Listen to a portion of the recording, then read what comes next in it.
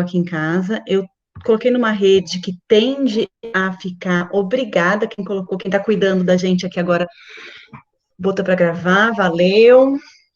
Eu coloquei numa rede que eu acho que vai manter, qualquer coisa que começar a travar, vocês me avisem, tá? Que aí eu tento trocar a rede. Vocês estão ouvindo, provavelmente ao fundo, a cachorrada está enlouquecida por aqui, mas tudo bem. Um recadinho que deve ser passado para vocês. Professor Igor, eres tu que nos auxilia hoje, professor Igor? Muito bom.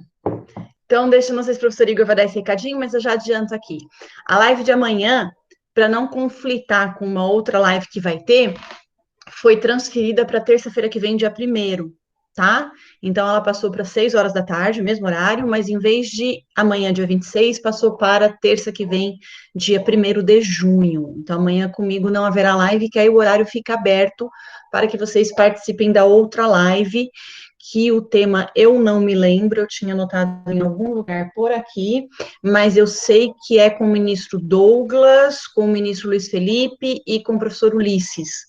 Eu lembro os participantes, eu não me recordo o tema, mas eu sei que vai ser muito legal, tá? E aí os alunos não precisam sofrer, terão total disponibilidade para participar, ok? Então, o primeiro recadinho e único é esse. Vocês viram que eu passei lá no grupo do WhatsApp o mapa mental de ontem. Então, vamos agora ao de hoje. Vamos ao nosso conteúdo de hoje. Eu mudei um pouco o nome. Na verdade, foi só o nome mesmo, para a gente poder fazer uma coisa um pouquinho mais abrangente, tá? Aqui. Todo mundo consegue ver a minha tela? Arrasaram. Então, olha só. Vocês vão ver aqui comigo que eu tirei só a audiência e botei aqui o processo de conhecimento para tentar falar com vocês, pelo menos, esses 4 assuntos, e aí já fica meio que engatilhado para nosso próximo encontro para as respostas do réu, tá? Que aí no próximo a gente vê contestação, reconvenção. Contestação é um tema muito extenso por conta das preliminares do 337. E aí a gente mata, então, esse ponto anterior aqui. Eu não coloquei aqui a questão das tutelas provisórias. Por que eu não coloquei aqui? Porque tutelas provisórias é um tema muito amplo. Então, se a gente fosse colocar tutelas provisórias aqui, a gente ficaria 1 hora só falando de tutelas provisórias. Então, por isso que eu não trouxe ela para cá. Mas o que eu queria ver com vocês, o que eu queria pedir para vocês depois? Eu queria que vocês conversassem, não sei o quanto vocês têm entre vocês, um grupo ou alguma coisa assim, mas eu queria que vocês conversassem, e eu vou depois conversar também com o professor Rafael e o professor Igor, para ver primeiro, dentro do processo de conhecimento, o que vai ficar faltando e o que vocês acham que vocês queriam rever, tá? Primeiro, dentro do processo de conhecimento. Depois, fechado esse processo de conhecimento, o que mais a gente poderia, se necessário, né, se faltou, dentro de processo civil, né, porque assim, a quantidade de assuntos, vocês sabem disso, eu não sei quantos de vocês estão lá para o 8º, 9º ou até 10º, mas quem já fechou o conteúdo de processo civil sabe a quantidade de tema que tem, e quem ainda não fechou, mas está se encaminhando para isso, já tem uma noção de que é uma matéria robusta, né, então a gente está aí bem. Ai, obrigada, Igor. Pronto, eu não ia decorar esse nome, mas é nunca. Desenvolvimento sustentável, acesso à justiça na perspectiva do judiciário trabalhista. Perfeito, é esse o tema. Eu lembrava os participantes. Então, esse aí é a live de amanhã. E aí a gente consegue, então, meio que direcionar para as dúvidas de vocês, eventuais próximos encontros, né? A gente marca os dias, eu marco os dias com o professor Igor, o professor Rafael, e a gente já vai direitinho na origem do mal, na origem da dúvida de vocês, eventualmente, se for o caso, tá? Oi, Cleiton, tudo bom? Então, por isso que hoje eu deixei meio amplinho aqui e não trouxe as tutelas provisórias. Se for o caso, a gente depois volta para vocês. Então, ontem, nós conversamos sobre petição inicial, tá? E aí a gente viu todos os requisitos do 319, a gente viu a necessidade da prova documental, tá? Da necessidade de juntar a prova documental com a petição inicial, e a gente ampliou o conteúdo na questão dos artigos vistos, né? Vimos a questão de cumulação de pedidos, a definição do valor da causa, então toda essa parte de petição inicial, da elaboração da petição inicial, nós fechamos. Por que eu quis trazer esses dois primeiros pontos aqui, em deferimento da petição inicial e em procedência liminar do pedido?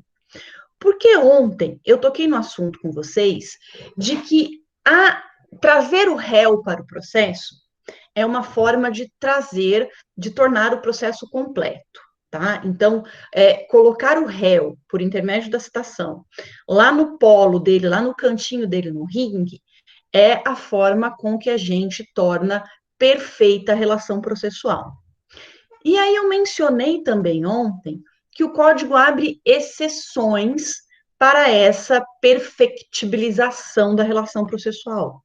O código mesmo já diz, olha, ainda que a citação, e quem vai lembrar de processo civil 1, vai lembrar que a citação válida é pressuposto de validade do processo. Então, se vocês forem lembrar lá as partes mais teóricas dos pressupostos de existência, pressuposto de validade, pressuposto positivo, pressuposto negativo, vocês vão lembrar que a citação está lá entre os pressupostos de desenvolvimento válido e regular do processo. Só que, excepcionalmente, o legislador trouxe situações onde, ainda que não haja citação em um primeiro momento, o processo vai se desenvolver, eu vou até botar entre aspas esse desenvolver, porque é um desenvolvimento tão restritinho, tão pequenininho, mas ele vai se desenvolver validamente. E aí, as hipóteses são justamente essas duas primeiras que eu trouxe para vocês: o indeferimento da petição inicial e a improcedência liminar do pedido. Por isso que eu quis trazê-las hoje para começar o assunto de hoje, tá? Então, para um começo de hoje, a gente vai lá, para iniciar a nossa conversa de hoje, a gente vai lá para o artigo 330, que vai falar do indeferimento da petição inicial. Tá? Então, a petição inicial será indeferida. E ele já traz 4 vícios nos seus incisos: inépcia, ilegitimidade da parte, ausência de interesse processual, que a gente também pode conhecer como interesse de agir, e não atendidas as prescrições do 106 e do 321. O 321, nós vimos ontem, que é a emenda da inicial. Lembra que a nossa inicial está tão ferrada, mas o CPC fala, não, juiz, não caneta ela não. Abre prazo para que o advogado corrija. No entanto, se você abriu prazo e o advogado não fez nada, aí você caneta. Canetar é indeferir a petição inicial. E o que é o artigo 106? O artigo 106 são aquelas hipóteses onde o advogado atua em causa própria. Então, nós temos a pessoa considerada advogado, ou seja, aquele que é bacharel em direito e é regularmente inscrito na Ordem dos Advogados do Brasil. Então, ele pode advogar em causa própria, tá? O artigo 106 vai dizer, quando postular em causa própria, o advogado precisa declarar na petição inicial ou na contestação o endereço, o seu número de inscrição na ordem, o nome da sociedade de advogados da qual participa para o recebimento de intimações. E ele precisa comunicar ao juízo se houver mudança de endereço. Se ele descumpriu o disposto no inciso 1, o juiz ordenará que se cumpra a omissão no prazo de 5 dias antes de determinar a citação do réu, sob pena de indeferimento da petição inicial. Tá? Então, a segunda hipótese de indeferimento da petição inicial, dentre as outras que a gente já viu, é essa da advocacia em causa própria. Por favor, quando vocês forem advogar em causa própria, se isso acontecer com vocês, não outorguem procuração para você mesmo, tá? Uma vez eu me deparei com uma petição inicial de um advogado atuando em causa própria, em que ele fez a bondade de conferir poderes a ele mesmo em uma procuração. Eu achei uma coisa tão peculiar, eu me lembro daquele filme, Eu Mesmo e Irene. Então, eu acho que ele foi lá e outorgou poderes a ele mesmo. Você não precisa de procuração para advogar em causa própria. O juiz, na hora, ele já checa lá que você é o autor ou o réu, e é você quem assina a peça inicial ou a contestação. Não precisa de procuração para isso, tá? Então, é uma situação meio esdrúxula você se outorgar poderes. Mas, enfim, né? Cada qual com a sua maluquice. Então, no 330, a gente vai ter esses 4 hipóteses de indeferimento da petição inicial, sendo que o inciso 4º vai trazer os 2 cenários, o do 106 e o do 321. Tá? Todas elas são cenários, então, em que a nossa petição inicial está fadada ao fracasso. São vícios que vão inviabilizar o desenvolvimento válido e regular do processo. Cuidado, tá? Agora, vocês vão ver que são situações, se vocês olharem para o inciso 2 e o inciso 3, a gente está falando de condições da ação, se vocês lembrarem, tá? O inciso 2 está falando de legitimidade e o inciso 3 está falando de interesse de agir, interesse processual, tá? E o que é a inépcia, que está lá no inciso 1? O parágrafo primeiro te ensina o que é inépcia. Então, considera-se inepta a petição inicial quando faltar pedido ou causa de pedir, o pedido for indeterminado, ressalvadas hipóteses em que se permite o pedido genérico, que a gente viu ontem, da narração dos fatos não decorre a conclusão, ou contiver pedidos incompatíveis entre si, que a gente viu acumulação de pedidos ontem, tá? Então, gente, a petição inicial inepta é aquela petição ferrada mesmo. Para uma petição inicial ser inepta, o advogado tem que ser muito ruim, tá? É aquela petição inicial ferrada. É aquele advogado que conta toda uma história do cliente que foi entrar no banco e ficou preso na porta giratória do banco e foi humilhado e teve que tirar a roupa e foi pressionado pelo guardinha e nunca sofreu tanto como naquele momento e ao final ele pede que seja revisto o contrato de financiamento bancário. Aí o juiz vai olhar a petição inicial e vai falar, hein? Inépcia da petição inicial é o em do juiz, hein? Hã? Então tem que ser muito ruim para fazer uma petição inicial inepta. Muito ruim. Lamento. Mas tem que ser, tá? Acontece? Claro que acontece. Acontece de tudo nessa vida. Mas... Então, essas são as situações onde eu vou ter aí o indeferimento. Mas por que você está, então, falando disso, Andréa? Porque se vocês forem continuar na seção 3 lá do indeferimento, vocês vão ver o 331, que vai dizer o seguinte: indeferida a petição inicial, o autor poderá apelar, tá? Então, para quem não viu recursos ainda, apelação, recurso cabível contra a sentença. Facultado ao juiz, no prazo de 5 dias, retratar-se. Estou esquecendo do nosso mapa mental aqui. Então, a gente viu que está no artigo 330, as hipóteses do indeferimento da petição inicial. E a gente viu aqui que cabe apelação no prazo de 15 dias, até aí sem novidade que o prazo da apelação é de 15 dias mesmo. O que tem aqui de interessante? O juiz pode se retratar em 5 dias.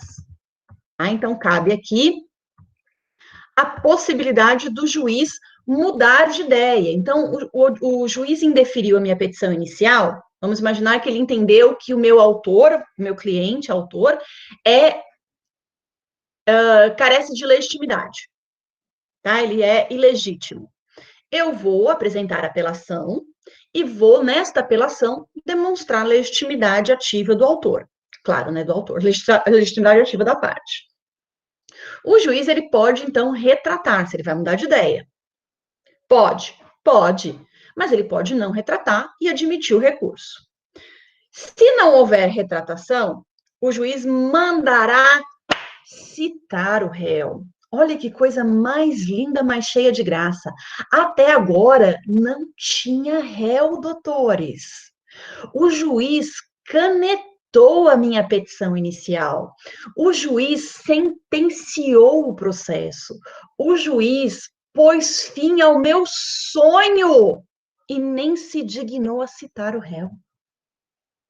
Aqui está, então, aquela exceção a citação é pressuposto de validade. Calma, é pressuposto de validade? É, tanto que agora vai ter que citar o réu.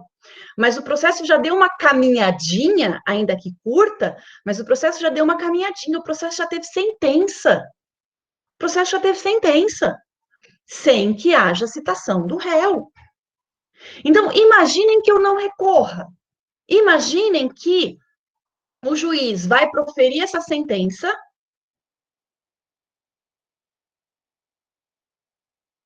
logo indeferindo essa petição inicial, ele passa o prazo, transita em julgado. Esse processo morreu. Sem que o réu nem ficou sabendo. O réu nem ficou sabendo desse processo. Pode? Pode. Mas, André, e o contraditório e a ampla defesa?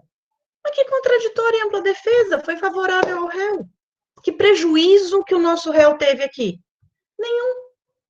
O nosso réu não teve prejuízo algum nessa situação. Certo? Agora, calma lá. O autor apresentou apelação. O juiz não se retratou, então o recurso vai subir. Se o recurso vai subir, tem que citar o réu. Por que tem que citar o réu? Porque tem que abrir prazo para ele apresentar contra-razões. Aí a gente vai fechar. Tá? Então, apresentada a apelação, o réu é citado para apresentar contra-razões à apelação. Contra-razões é a resposta ao recurso da apelação. É a impugnação à apelação. Tá? Então, aí precisa. Bom, se não apresenta nada, transita em julgado, e aí o nosso réu vai só ser intimado de que houve essa sentença. Até porque ele não fica aí sem saber da existência disso, não fique perdido. Então, a citação do querido réu, a gente vai ter aqui uma citação postergada, tá? Uma citação atrasada, uma citação para um momento posterior.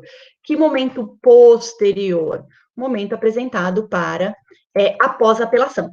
É claro que, cuidado aqui também, gente, o código não diz essa parte, tá? Ele vai dizer assim: sendo a sentença reformada pelo tribunal, o prazo para contestação começará a correr da intimação do retorno dos autos. Não interposta a apelação, o réu será intimado do trânsito em julgado da sentença. E aí você pensa, tá, mas e se o juiz se retratar? E se quando eu apresentei a apelação, o juiz lê minha apelação e fala, é verdade, o autor, ele tem legitimidade sim, eu errei aqui, eu vou me retratar. Aí o código não fala. Claro que o código não fala, porque aí o processo vai seguir o seu curso normal. Se o juiz deu uma sentença indeferindo a petição inicial e, ao receber a minha apelação, ele lê a apelação e se retrata, muda de ideia e diz, epa, epa, epa, errei, quer dizer que aquela sentença caiu por terra. E aí o processo vai seguir o curso normal. Aí o réu vai ser citado, tem audiência, contestação e blá, blá, blá. Tá? Então, cuidado aqui. A primeira hipótese que a gente tem aqui para um início de relação processual sem a vinda do réu, em deferimento da petição inicial. E mais uma coisa que eu quero muito chamar a atenção de vocês. Se vocês olharem o 331, parágrafo 3º, ele vai dizer assim, não interposta apelação, o réu será intimado do trânsito em julgado da sentença. Ele não é nem citado, ele é intimado. Intimado é aquele avisozinho. O réu, teve um processo aqui contra você, O autor teve a petição dele inicial indeferida, já até transitou em julgado, tá? Só para você ficar sabendo. Ele não foi citado, ele foi simplesmente intimado. Ok? Dúvidas de indeferimento? Light, indeferimento. Aí a gente vai para um segundo cenário. Improcedência liminar do pedido. A gente vai lá para o 332. Aqui já não é mais... Quer dizer, é simples, mas é um pouco diferente. Vejam que, no indeferimento da petição inicial, a gente tinha vícios, tá? Eu falo sempre, eu gosto de falar em vícios processuais, mas aí a gente entra numa discussão tão profunda sobre condições da ação, ser processual, ser de mérito, ser direito material, ou ser direito processual, que eu prefiro nem entrar nessa discussão agora em 50 minutos, tá? Então, quando a gente fala no indeferimento da petição inicial lá nas hipóteses do 330, do 330, a gente vai ver, então, esses vícios que maculam a nossa petição inicial. Nossa petição inicial já vem toda em aquenta. Quando a gente vai para o 332, veja que ele não fala mais em indeferimento da petição inicial, ele fala em improcedência. Quando eu falo indeferimento, é o que a gente chama lá no dia a dia de canetada. É aquela canetada mesmo, é o nem lê. É aquela prova que é tão ruim, que o professor só passa os olhos e já era. Agora, a improceder, que não é o caso de nenhum aluno, tá? Aluno do IESB não tem indeferimento, não, de prova. Prova é tudo, a gente lê todas, porque nunca tem prova ruim demais.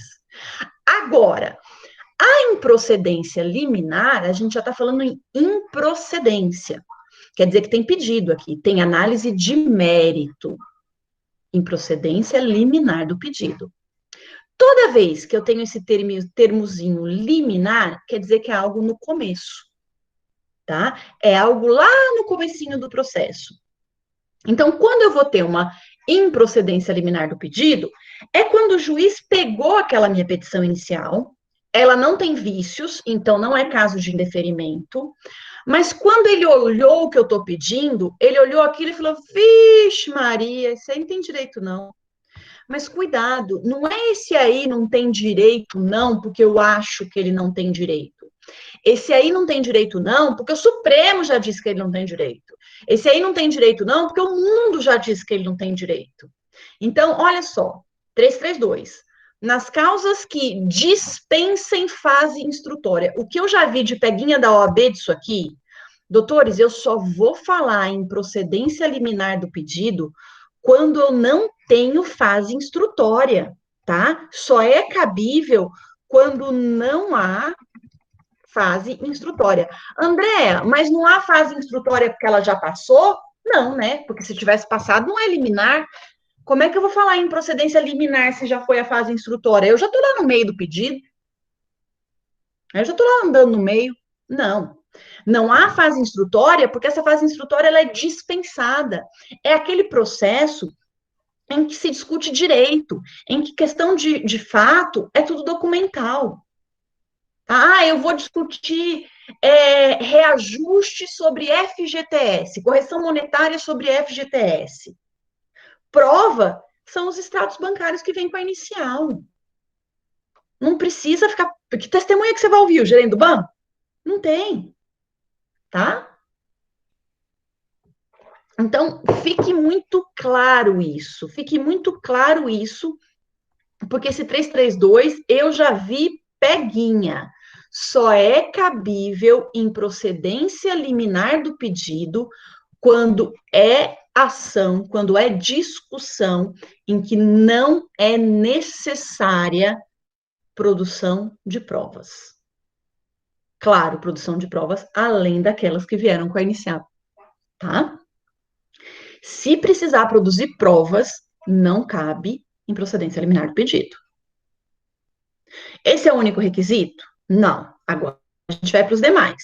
Então, nas causas que dispensem a fase instrutória, porque é só questão de direito, o juiz, independentemente da citação do réu, olha lá, não precisa nem trazer o réu para o ringue, o juiz julgará liminarmente improcedente o pedido que contrariar.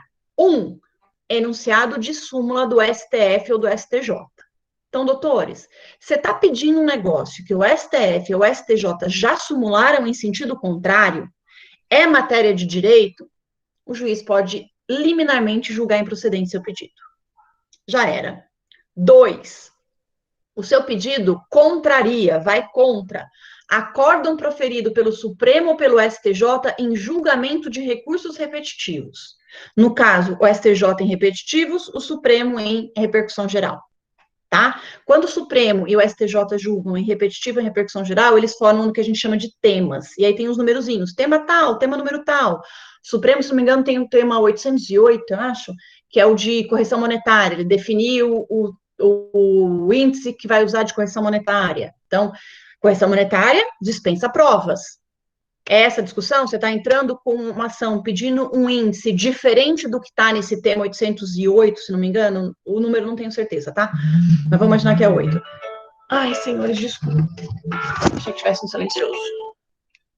Você está pedindo um índice que está diferente do que está se discutindo nesse tema 808? Já era, improcedência liminar do pedido.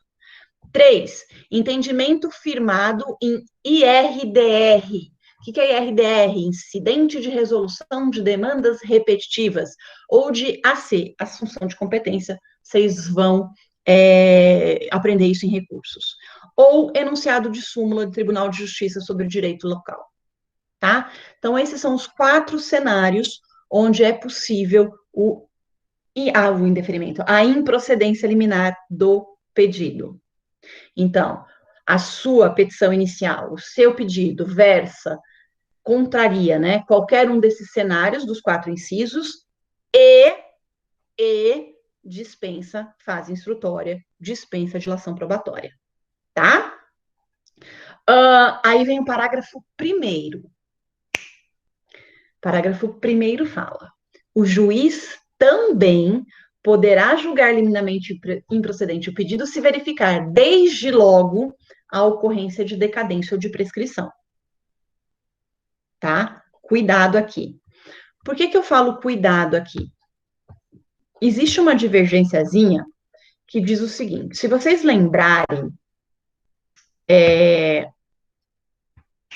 direito civil, vocês vão lembrar que a prescrição pode ser renunciada uma vez que ela tenha sido consumada. Aliás, ela só pode ser renunciada depois que for consumada. Então, o que os juristas, os processualistas e os civilistas, né, quando eles se encontram, eles discutem? Que esse parágrafo 1º, ele vai contra esse dispositivo do Código Civil. Porque a partir do momento, e olha o raciocínio, a partir do momento que o Código diz, juiz, se você verificar desde logo que a pretensão está prescrita, você já pode julgar improcedente liminarmente o pedido. E assim os civilistas vêm e falam o seguinte: mas olha só, quando você faz isso, você desconsidera a possibilidade do devedor, que aqui seria o réu, né? O devedor renunciar à prescrição. E aí começa uma discussão eterna entre o direito material e o direito processual, né? Que aí a discussão vem a renúncia e a improcedência liminar, né? E fica um grande debate, que esse parágrafo 1º, então, desconsideraria essa possibilidade de renúncia à prescrição. Não tem fim essa discussão. O que se tem aqui, para a primeira fase de OAB, a gente tem testes, né? Questões objetivas. Questões objetivas não vão entrar nessa discussão. Então, para as questões objetivas, a gente sabe que, além dos 4 incisos do 332, a gente tem mais uma hipótese de improcedência liminar, prescrição ou decadência. Desde que não precise de instrução probatória. Então, além de contrariar súmula, IRDR, assunção de competência, repetitivo, repercussão geral, enunciado de súmula de TJ, se for direito local, ainda é possível, se for para reconhecer prescrição e decadência, desde que não precise de produção de provas. Ok? E aí, os 3 parágrafos seguintes vão fazer aquela mesma coisa que o 331 fez. Então, cabe apelação, é possível que o juiz se retrate. Se ele não se retratar, ele vai mandar citar o réu para apresentar contrarrazões, tá? O mesmo raciocínio que a gente viu lá no indeferimento da petição inicial, a gente vai ver aqui na improcedência liminar. Certo? Então, deixa eu só acrescentar para ficar completinho depois para vocês. Enquanto isso, se vocês tiverem dúvidas, vocês podem colocar aí no cantinho.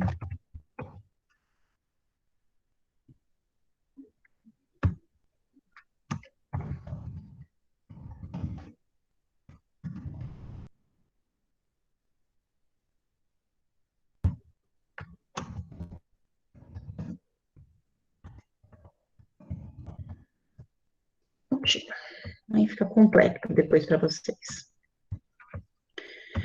E aí a gente chega, então, de fato, na audiência de conciliação ou de mediação. Um artigo com 12 parágrafos, né? Uma glória. É o 334 para vocês. Tá? Então, a nossa boa e velha audiência de conciliação e mediação, boa e velha não, né? Porque ela deu uma bela de uma encorpada com esse código. Lá no artigo, desculpa, 334. O que é essa audiência de conciliação e mediação? Lembre-se que a gente tinha desde o código, lembre-se não, né, que vocês não são dessa época, mas a gente tinha desde o código de 73 a ideia de conciliar as partes, tá? Isso não mudou, isso foi só encorpado com o código de 2015. Então, se vocês olharem o artigo 139, vocês vão ver lá, artigo 139, inciso 5º, o juiz deve promover a qualquer tempo a autocomposição, blá, blá, blá. Então, o tempo inteiro compete ao juiz tentar fazer com que as partes se organizem, tá? Se organizem e tentem chegar a um meio, a um termo, a um denominador comum, sem que precise dessa força coercitiva do juiz, sem que precise dessa determinação do judiciário para impor a vontade dele. E aí, um primeiro questionamento que a gente tem é com relação à obrigatoriedade dessa audiência de conciliação, tá? Então, a gente já sabe que a audiência de conciliação ou de mediação, ela não é obrigatória. Por que a gente sabe que ela não é obrigatória? Porque quando a gente viu os requisitos do 319, a gente viu que o último que tinha lá no 319, o último inciso, era para o autor indicar se ele tinha interesse em conciliar. Então, se ao autor é dado indicar se tem interesse em conciliar, quer dizer que essa audiência não é obrigatória, tá? Então, vejamos lá, 334. Se a petição inicial preencher os requisitos essenciais e não for o caso de improcedência liminar do pedido, ou seja, conseguiu passar pela primeira fase, se a gente for pensar num videogame, ultrapassada a primeira fase, o juiz designará a audiência de conciliação de mediação. A gente chama de ACM para ficar mais fácil. Com antecedência mínima de 30 dias, tá? Devendo ser citado o réu com pelo menos 20 dias da data da audiência.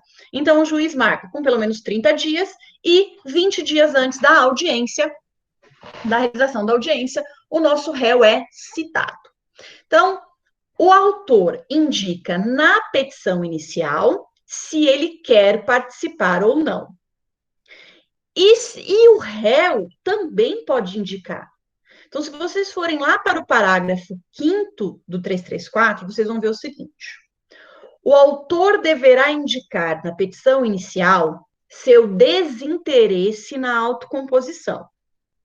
E o réu deverá fazê-lo por petição apresentada com 10 dias de antecedência contados da data da audiência. Então, não é só o autor que pode dizer que não tem interesse. O réu também pode, claro, gente, isonomia. Então, o réu manifesta o seu desinteresse na petição inicial. Desculpa, o autor manifesta o seu desinteresse na petição inicial. O réu manifesta o seu desinteresse em uma simples petição.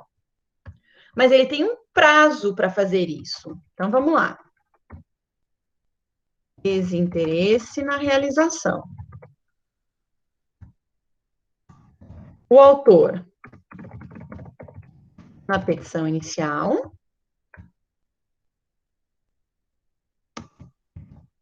e o réu em simples petição, que deve ser apresentada em até 10 dias antes da audiência. Passou esse prazo? Já era, vai ter que ir para a audiência. Tá?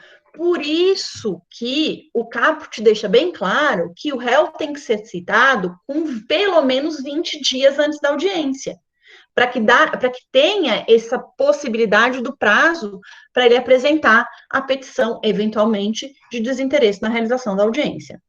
Aí começa uma discussãozinha. Tá, e se o autor disser que quer ir e o réu não quer? E se o autor disser que não quer e o réu quer? Não tem um acordo de como é que faz, tá? O acordo que tem é o seguinte: se os dois querem, perfeito, tem audiência. Se os dois não querem, não vai ter audiência, né? Vamos lá. A ideia é não gastar nem dinheiro do Poder Judiciário e nem tempo do juiz com bobagem. Então, se as duas partes já deixaram claro que não querem fazer acordo, não tem interesse nenhuma na autocomposição, não faz. Agora, quando uma das partes manifesta o interesse e a outra não, vai depender muito aqui vai depender muito do juiz.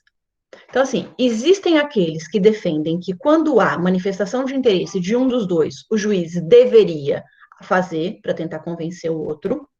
E existem aqueles que dizem que quando uma das partes manifesta desinteresse, ainda que a outra manifeste interesse, não deveria fazer, porque já tem uma delas que não está com disposição para o acordo. E acordo não se faz sozinho. Né? Então, aqui fica aquela coisa que a gente não sabe como é feito, a gente não tem uma definição legislativa de como deve ser feito. Tá? Então, vai meio que tateando no escuro até achar um caminho certo aqui, um caminho seguro de como se deve proceder. Tá? Então,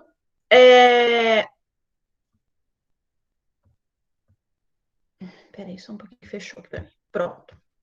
Bom, o que a gente precisa observar, tá?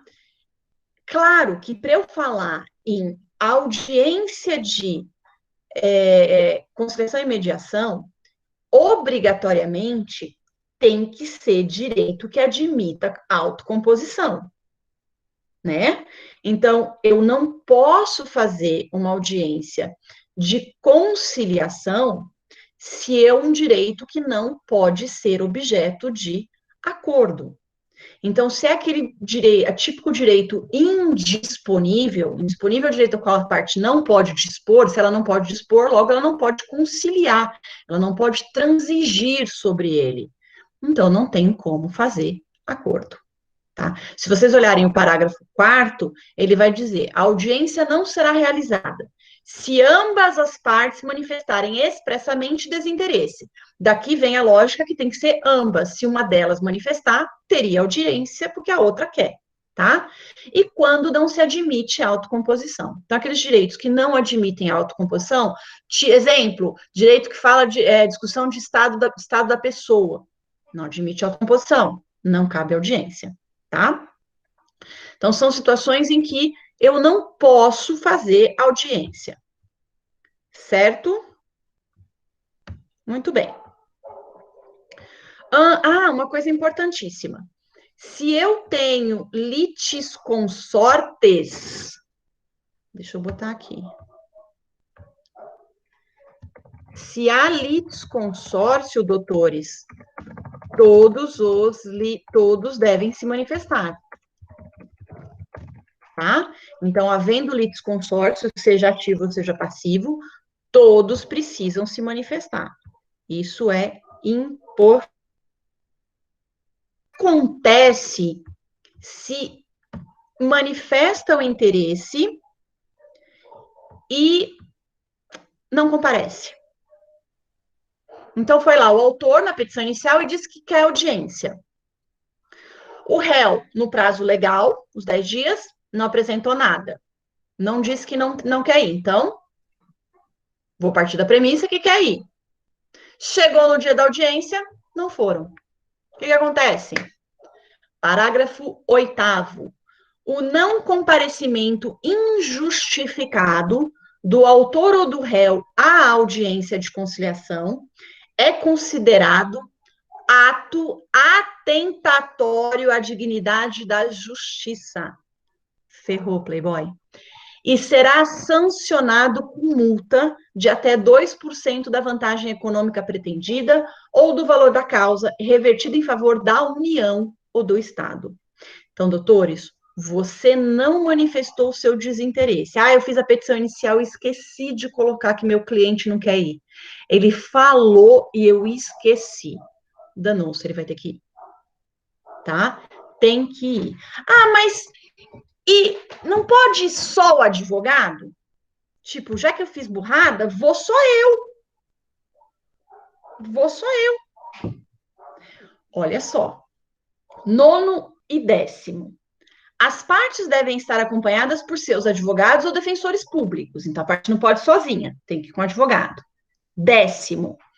A parte poderá constituir representante por meio de procuração específica com poderes para negociar e transigir.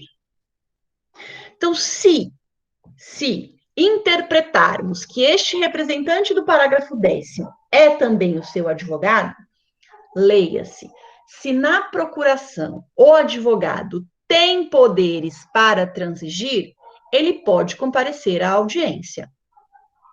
Agora, teoria e prática?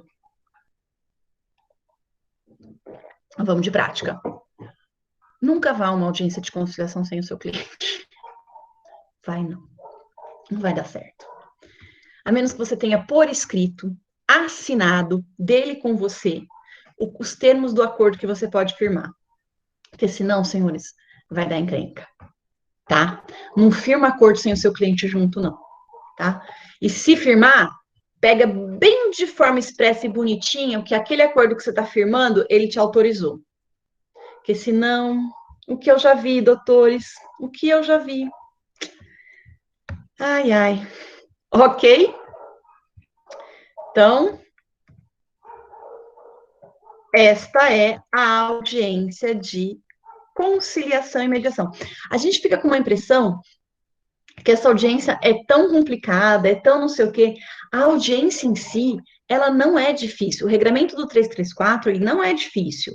O grande problema que eu vejo que vincula o 334, que trata da audiência, é depois a contagem do prazo para contestação, que a gente não vai nem ver hoje, a gente vai ver na próxima semana. Tá? Então, para mim, o grande problema na hora de estudar para a OAB, o grande problema que envolve a audiência não é a audiência em si, não é o estudo da audiência de conciliação ou mediação, é juntar esse estudo com a contagem de prazo para contestação. Porque aí vai ter uma série de regrinhas diferentes. Foi na audiência, teve acordo, não foi na audiência, apresentou petição, dizendo que não tinha interesse. Então, dependendo da situação, a forma de contagem do prazo muda para apresentação de contestação. E aí é isso que vai gerar a confusão depois na hora de resolver questões, e mais, na segunda fase, na hora de fazer, elaborar peças, se cai uma contestação, a OAB vai dar uma sacaneadinha para você apresentar o prazo, tá? Sempre quando é contestação, eles pedem para você indicar o prazo bonitinho, e aí eles vão dar uma sacaneada com uma audiência lá no meio. Sempre fazem isso, sempre, tá? Bom, para a gente fechar o nosso conteúdo de hoje, então, citação. Doutores, citação é aquele ato processual bonitinho, tá? Que torna perfeita a relação processual. Posso falar isso? Posso.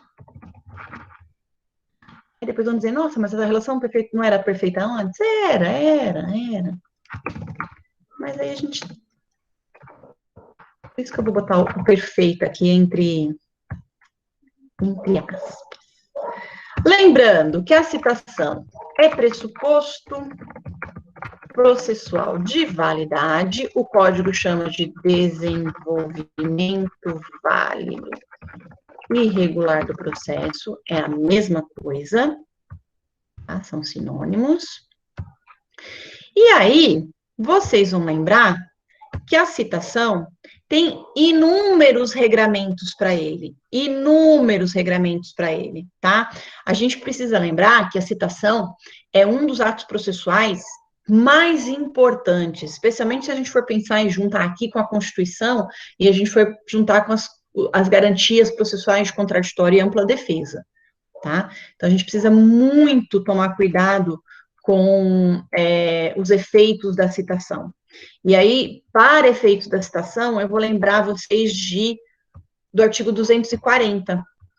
Vamos voltar, a gente estava lá no 324, agora a gente volta lá para trás, tá? A citação começa a ser regulada lá no 238. 240, ele vai dizer o seguinte: a citação válida, ainda quando ordenada por juiz incompetente, induz litispendência. Vocês lembram o que é litispendência? Litispendentes. Então, são dois processos idênticos em curso. Quando é que um processo é idêntico ao outro? Quando eles têm as mesmas partes, a mesma causa de pedir e o mesmo objeto, tá? São os mesmos elementos da ação. Então, induz litispendência, torna litigiosa a coisa e constitui em mora o devedor. Então, 240, ele vai trazer os efeitos da citação. Aí, não vou trazer tudo isso com você, até porque o conceito de citação, o regramento de citação é enorme. Mas lembrem-se, na hora que vocês estiverem estudando, dos impedimentos legais para citação. Deixa eu só botar aqui, só para título, para lembrança de vocês depois. Eles estão lá nos artigos 244. Então, se vocês olharem o código, vocês vão lembrar que durante participação de culto religioso, não pode fazer citação, exceto se for para evitar perecimento de direito. Então, quem está participando de culto religioso, e aqui eu estou falando de qualquer culto religioso, tá? Qualquer situação, não pode ser citado dentro da igreja, até na rua. Ah, eu estou participando de uma procissão. Não posso ser citada, tá? Tanto quem assiste quanto quem celebra. E aí ele vai trazer várias outras situações, o cônjuge, o companheiro do falecimento, os 3 dias após o casamento, doente enquanto estiver grave seu estado. Tem várias situações aí de impedimento da citação. Bom, o que eu acho importante, só para lembrar aí, a gente fecha o conteúdo, a gente fecha essa live de hoje, até porque eu tenho aula ainda depois.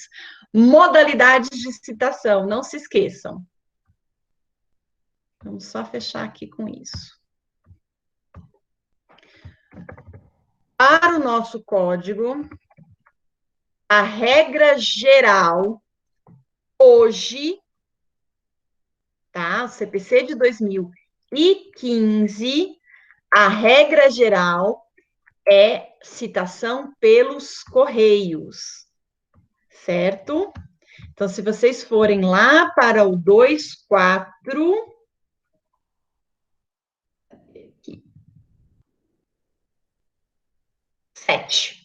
A citação será feita pelo correio para qualquer comarca do país, exceto nas ações de Estado, quando o citando for incapaz, quando o citando for pessoa de direito público, quando o citando residir em local não atendido pela entrega domiciliar de correspondência, quando o autor justificadamente requerer de outra forma.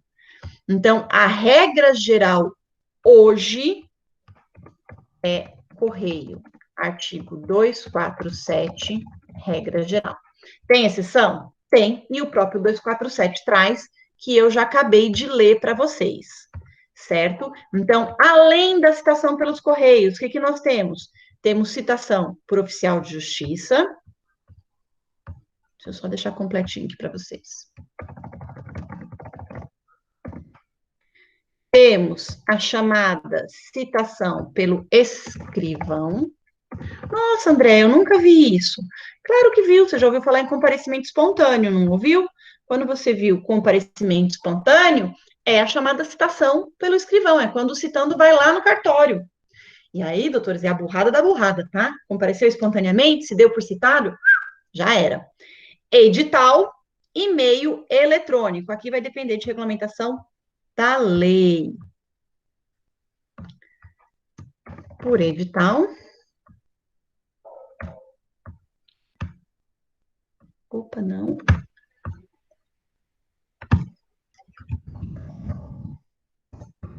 E-mail eletrônico. Tá? Lembrando que aqui a gente tem já, hoje em dia, os processos ProJude, PJE, e aí a gente tem que saber a lei dos processos eletrônicos e todas as particularidades para cada uma delas, tá? Última coisa importante, nós temos as modalidades de citação ficta ou citação presumida. É aquela citação em que não há certeza de que ela cumpriu o seu efeito de alcançar o réu, mas a lei lhe confere todos os efeitos de uma citação válida. Então, aqui a gente tem a citação por edital, é uma citação ficta, e a citação com hora certa. Vocês lembram da citação com hora certa? Aquela que o oficial de justiça vai lá e avisa, olha, amanhã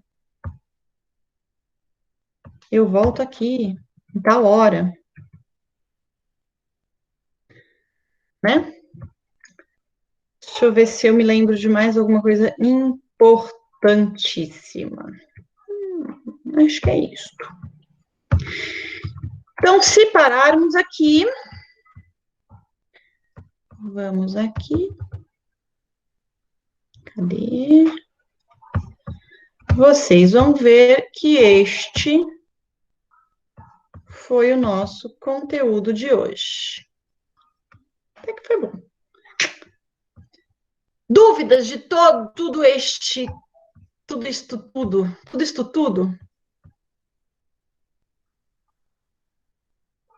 Bom, alguém está apresentando.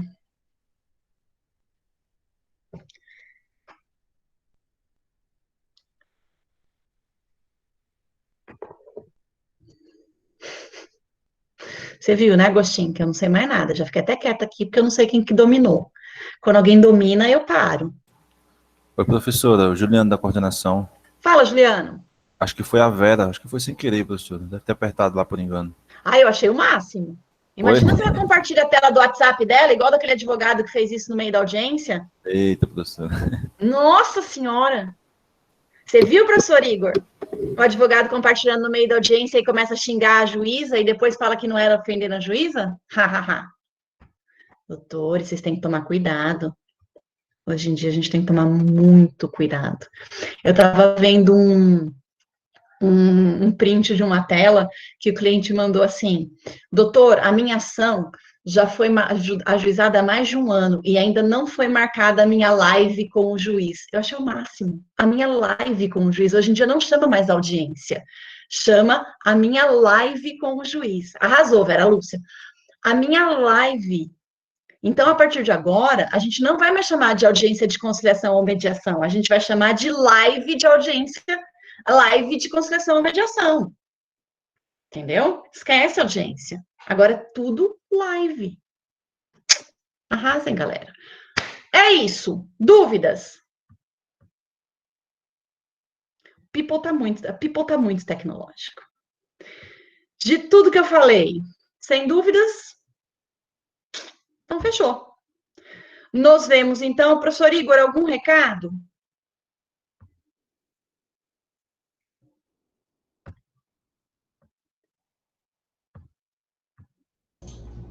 Sem recados, professora, tudo em ordem. Então, senhores, até terça-feira que vem, dia 1º, com respostas do réu. E meninas, que agora, os nomes que eu só vi aqui, Tatiane Farride, daqui 15 minutinhos a gente se vê de novo. Eu só vou tomar muita água para minha voz aguentar. Até! Tchau para vocês. Eu vou postar esse mapa mental lá no grupo do WhatsApp, tá? Ok, tchau. Até mais tarde. Tchau. Beijo, até daqui a pouquinho. Ok, tchau. Até mais tarde.